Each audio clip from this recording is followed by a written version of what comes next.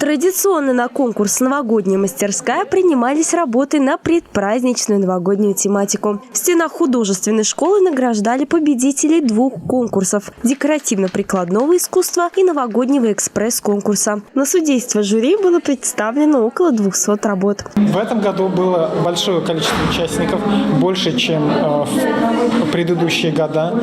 Несмотря на ежегодность нашего конкурса, он с каждым годом не теряет своей популярности, а набирает и набирает обороты.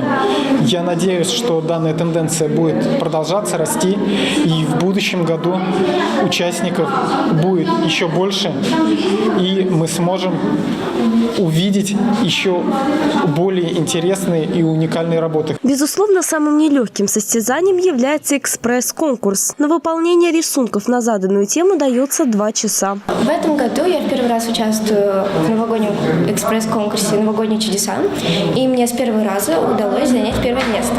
Вся сложность конкурса заключалась в том, чтобы за короткое время придумать идею и проявить свою фантазию.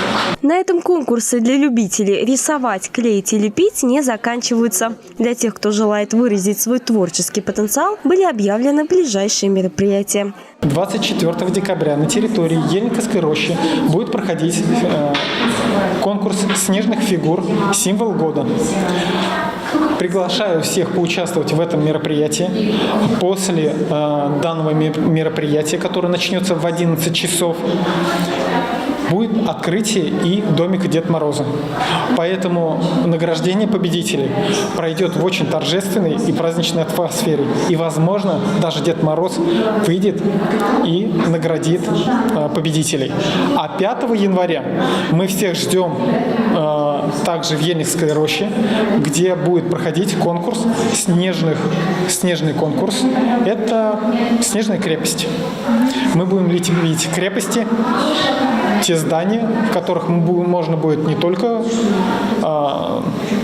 кататься, но и, надеюсь, спрятаться от непогоды. Сабина Вишневская, Петр Куприянов. Новости Новочебоксарска.